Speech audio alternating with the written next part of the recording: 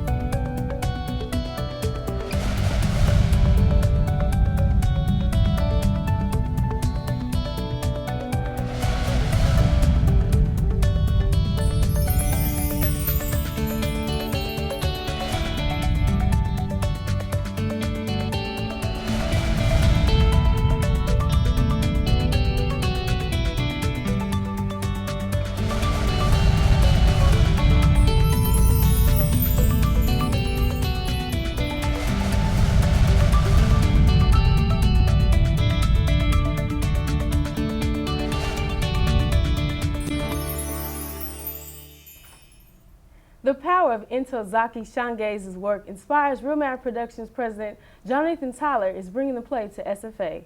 Thank you for being here today. Thank you for having me. Tell me about what Real Matter Productions is. Well, Real Matter Productions is a fine arts production company here at SFA. We're centered around showing SFA some things that it might not be able to be exposed to elsewise. We started in 2011, and we've been going pretty strong since then. We've done 3 plays. This is our 4th production, actually, so we're very proud of it. Tell me about the playwright Ntozake Shange. Well, Ntozake, she's a very eclectic woman. She has a vision, and her vision is very vivid in her writing. She's a very poetical writer. She's a poet as well, an author. But besides that, she really ties in her message through her text. I learned that she actually changed her name. Her name isn't originally Ntozake Shange. It means she who walks with lions, or she who comes with her own things. Why do you think she changed her name? Well, like I said, she's very eclectic, so she's a free-spirited person. And you can tell that a lot in her writing, because she will talk about one thing and she'll put a slash, and then she'll keep talking about something else that was referenced earlier. So she likes to have her own way of doing things that aren't traditional at all. I had never heard of For Color Girls until it became a screenplay, but I learned it was also, of course, it started off as being a play, a mini play that started in San Francisco, I believe. It became a TV movie. Mm-hmm.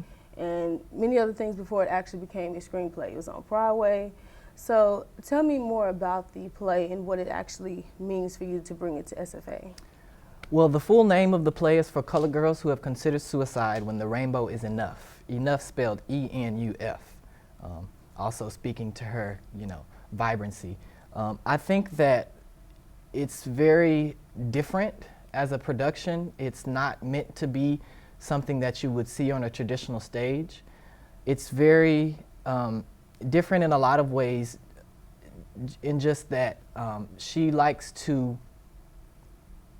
take you on a ride, on a journey, and she will go from one extreme to the other and back before you would even know it. And it's so fun to act, or to even direct, or to even be a part of this, because you get to be a part of that transition of going from one part to the other, of going from one extreme to the other, going from happy to sad, going from depressed to over emotional, etc. It gets really difficult to try to understand what she means, the dialect, and how she writes. It's kind of confusing, but you get the essence of what she means. Right. And the title itself, For Color Girls Who Have Considered Suicide When the Rainbow is Enough, that just stands out. So what do you think that this play can do as far as to help people understand different cultures and different races? Well, I like that you said that, actually, because it brings me to the Colored Museum as well. These 2 plays are an exhibit of colored life, and that's why the production itself is called Colored. It speaks to that realm on a more personal level. It's from a female's point of view, of course, so it has this feminist kind of persuasion to it as well. So It does have a little feminist view. I would say a little bit. I know that some men, or they don't like it, they were pretty furious about it. They think it kind of brings them down. How do you feel about that? And you are a male yourself. I think it just speaks to the culture. There's nothing wrong with having a certain stigma. It may be a negative stigma, but at the same time, that speaks to your culture and to who you are as a people. So the account that she's giving is her own account, her own testimony, as a contribution to the history and the culture and, you know, everything of just African Americans in general. And dancing is an integral part in this Yes. play. It started off as a choreo poem. Choreo poem, yes. Yeah, so tell me about, do you have dancing in the play? Tell me about that. Yes, well, actually, I'm a dance major, so I just have to include some type of dance some way here. Dance and theater. I don't want to leave out theater. That's my first major. But we will be doing a lot of, I'm just going to say this. I kind of want to leave it for a surprise, but we're going to have African drumming, and I've done some research, and African drumming with congos and the djembe, they can be used to create a state of trance. In the brain, it will flatline, you know, and that will actually take you into this realm of repetition and this rhythm that just develops automatically without you even knowing it. Can you tell me more about the dancing y'all do during the play? Well, there's a little bit of dancing at the beginning. We have just kind of like an African contemporary dance to speak to the levels of the first poem, which is called Dark Phases. So that's the greatest part of dancing in the show at the beginning. We touch on it a little bit at the end as well, but we use it more so to tie together the words and to tie together the action of what's going on instead of acting as its own independent structure. I think dancing within storytelling is beautiful. And there's a quote where there's time when words fail you, and that's when it's time to dance. Time to dance. Tell me about that. How do you feel about that quote? Well, it's a way of expression. You can say so much through movement that you wouldn't necessarily be able to say or to communicate to someone who doesn't speak the same language as you. Okay, well, thank you very much for coming in, Jonathan Thank Tyler. you. Hair, health, fitness, and all those things coming up in the organization about Unblemished. Coming up next, the tips on how to achieve the perfect unblemished life on Jack Talk.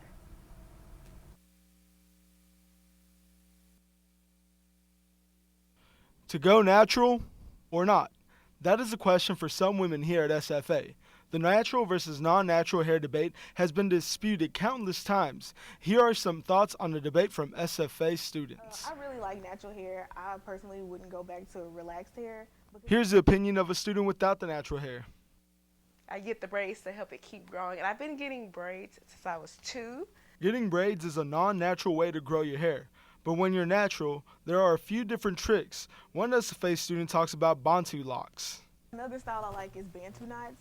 The Bantu lock gives the hair an opportunity to form a natural kink. It also has protective capabilities to keep your hair healthy from getting dry. Interested in learning a little more about hair health?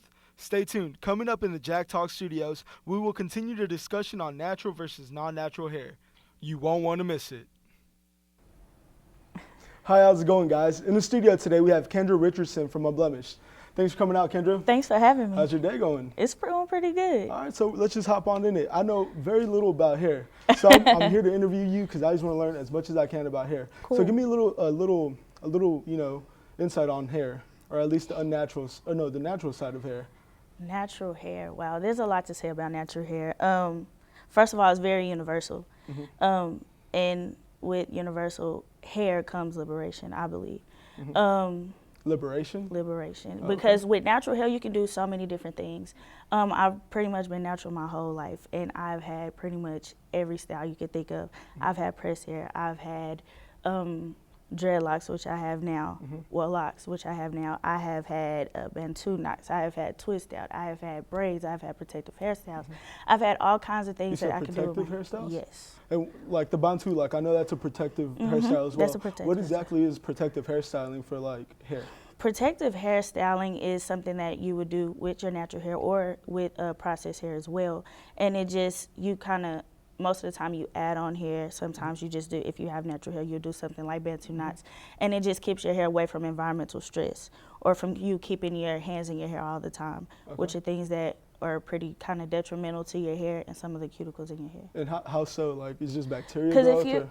yeah, some bacteria, some dirt, like with locks, you can get lint in your hair. And then there's a certain cleansing that you do with like apple cider vinegar. You can also make your own products with natural hair that gets the lint out of your hair because, you know, throughout the process, you get dirt in your hair or when you're going through the locking process, or there's certain shampoos that you can and can't use.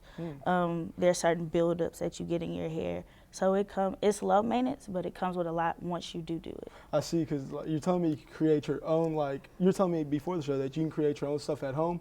Is that expensive compared to, like, you know, buying the stuff that's already out, like Head and Shoulders? Actually, it's cheaper, in my opinion, depending on it the lasts products that you use. Exactly. And then you can put how much, you know, a certain amount of ounce. You can get a big thing and put, get you a little bottle and put a certain amount of ounces. That way you'll have this big bottle stored up for a certain amount of time, you know, for whenever you need to restock to use your products. So you can use different products. It depends on what you're doing. Like if I did a cleanser for my hair to get lint out and build up, I would need to use apple cider vinegar. And that would be like a one-time thing. So then I would have to buy another thing. But with locks, you only do your hair once a month. All right, so I know you're in the club. It's called Unblemished. Right. And it's here at SFA, and it's a pretty new club. Can you give us a little bit more insight? I am the residing president of Unblemished. It is actually a semi-new Oregon campus, and you see a lot of girls around here with natural hair, and some don't know how to take care of it, some do. So, and Unblemished is a club that touches on hair, it touches on health, it touches on fitness, and it also touches on fashion. And it's all about learning who you are and loving that part of who you are, which comes with natural hair being liberation. Like I said, when you have natural hair, you can do so many different things with it, as well as processed hair on certain occasions. But when you have natural hair, there's so many different things you can do with your hair, and you learn more about it. And learning more about your hair sometimes helps you learn more about yourself. All right. Can you give me a little explanation of like what processed hair is versus the natural? Processed hair is permed hair, when you Okay. put a chemical on your hair and to have it straightened. When you have natural hair, it's all kinds of things, mostly curly, mostly kinky, different kinds of hair and different kind of textures. You have like your 4B, your 4C, your 1B, your 1A, stuff like that. What do all these numbers mean? It's a lot. Like I said, it's a lot. It's a lot to know, a lot to learn about it. The one, I think it's 1A, that's just pretty much straight hair. If you have a 4C, then you have like zigzag. So that's kinky just hair. like a category. Yeah, of it's how like your a hair works. category of how your hair is. All right, now with Unblemished, I'm sure since y'all are new, how do y'all go about telling like all these girls? Because I do see it's a fashion trend. It's a trend right now Yeah. that everyone's like going natural, making sure their hair is like natural. Yeah. You know? How do like new people? How would they go about getting some information about how to do it? Because you could go wrong. Can it go wrong? Going natural? No, No. being natural is all I've learned is all about trial and error. Like I said, I've been natural for 20 years, but it took me a long time to figure out how to take care of my hair and what That's I what I'm really saying. wanted to do with my hair. And I've tried all kinds of different things. Like if I would press my hair out, my hair would start coming out eventually. So it can go bad, but it's about trial and error. So your hair always comes back. It's natural.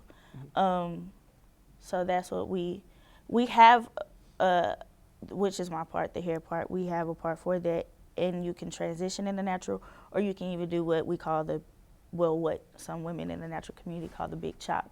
And that's what we have Unblemished for, to teach people, how to take care of those kinds of things, how to take care of your hair, what to do. So when people come out, we touch on those kinds of things for people that are transitioning, or for people that are debating on cutting their hair, because that's a pretty big thing for women now, or for people that just have processed hair and want to know how to take care of it. Gotcha. Now, I heard you just say something about a big chop, and it sounds like it's a pretty big step into something. So can you Yeah. explain a little bit more about the big chop? The big chop is cutting your hair completely off and starting over. Like having a fade, like a bald fade or like a taper? Some women get a bald fade. Some women just cut off the processed hair that they still have left over if they don't want to transition over. So it's, to different things. But I've done the big chop twice. I've done so many things with my hair.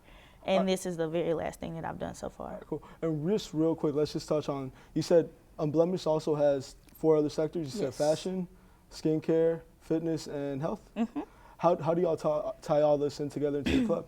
Well, we have meetings every Monday at 6, general meetings, and each person touches on their particular aspect of the club. Like me, I'll come in and I'll do a hair segment, and I'll teach you how to take care of your hair, what to do, or if it's winter, I'll teach you how to moisturize your hair, stuff like that, or how to make different products. And then we also have Nia, who's under fashion, and she's also the VP, and she'll tell you different ins and outs of the fashion area, what to do, what not to do, stuff like that. And then we also have health and fitness when they have workout groups. Some of the people in the org go work out Monday, Wednesdays, and Fridays at 9 p.m. Awesome. All right, Kendra. Well, thank you so much for coming out. No problem. After this break, Chaz has the owner of a salon in Nacogdoches here to talk about their doll head business. Stay tuned. Hi, and welcome back to Jack Talk. I'm your host, Chaz Rockamore, and today we have the amazing Holly Crawford from Dollhead Salon, downtown Nacogdoches. How are you today, Holly? I'm great. How are you? Great. We have a bunch to talk about, but before I have a quick quote that I want to go over. Let's check it out. I could have pursued law school. I could have pursued a medical degree. I'm not in this career as a fallback plan. I had scholarships to go places. I could have continued to cheer and gone to some of the top colleges, but this is something that I chose to do. I'm an artist. I'm not just your typical hairstylist. This is my passion. So do you want to elaborate more on that? Sure. Ever since I was a little girl, my parents really instilled at me that education was super important. And my mother is a former professor at SFA, so it was very important to me to go ahead and try to pursue my education by going to a college. And about halfway through my first semester, I realized that I was more interested in doing all of my suite mates and dorm, friends' hair. So it was then that I decided that I would go ahead and pursue my education in hair. And over the last 10 years, it's been an amazing ride. I've had the opportunity to travel and do color classes, go to hair shows, and really build my business into what it is today. So I recently opened Dollhead's Hair Salon a year ago in March. I had my 1-year anniversary, and I chose the downtown Nacogdoches historic building. It's a landmark building. It's a beautiful building inside. It still has some of the original brickwork that you can see. And the reason that I chose downtown is because there's so many growing businesses down there right now. It's really for artists and boutiques and restaurants and people that really just want to cater to the customer world. So I opened in March, and this coming April will be my 10-year anniversary to do hair. So I can proudly say that, my education has made me successful in where I am today. And so, since your parents were pushing education, were they were they backing you when you chose, okay, I'm just gonna drop out of college and do hair? At first they weren't supportive, but as time has shown, it's proved that I've been very successful. This is my 3rd salon to open, and last summer I had the opportunity to try out for a national educator position with John Paul Mitchell Systems. And it was there that I really, really had my flame lit, my passion for hair really grew at that point. Being able to see that, hair is a career that you can just build and build and build, and you never know where it could take you. Right. Okay, and you say that downtown Nacogdoches is booming. How do you feel with your competitors, with it being so many salons around you? Right. I think we were talking about that the other day. Just within 2 blocks of me, there are 10 hair salons. So the way that I try to set myself apart is really the way that I design the salon has a really LA, a city feel to it, but yet it's also got the hometown, Nacogdoches, welcoming staff. Everyone's really friendly, but we really just try to cater to our customers, our clients, and give it our all, 100% customer service with the education backing, knowing that every person that walks in is going to leave transformed, 100% happy. So my education with hair has really, I think, made me successful and made me the hairdresser that I am today. And I still am pursuing my dream to open a school That's my long-term goal is to open a hair school so that we can really have some good educated hairdressers in this area since it is such a small town. Okay, so you will plan on doing this salon school in Nacogdoches. Yes. And so for you to go to school, did you do salon school in Nacogdoches, or how does that work? How did you become a hairstylist? I actually went to a junior college in Lufkin, and I just took advanced training courses after I got my license to help me learn more. Okay, and so what are your goals for your actual salon? The goals for like my for salon, Dollheads, do you want to keep it in Nacogdoches, or do you want to I expand? would love or? to see it franchise. I would love to open, 3 or 4 more locations, and then just see where it goes from there. So being that this is my 3rd salon and I'm only 32 years old, I think that I still have, a decade more to prove myself and hopefully just see where it takes me. And then you have your own family. How do you balance being an owner of a Dollhead salon that is starting to boom? How do you balance that? It's really hard, but every day is a blessing. I just take one day at a time and just realize, I'm thankful for everything that I've been giving and that this career has enabled me to take care of my family and, enabled me to pursue my dream. Okay, and what are some of the upcoming events that you have? Actually, I think I'm going to be a part of the SFA Fashion Show, which is coming up at the end of March.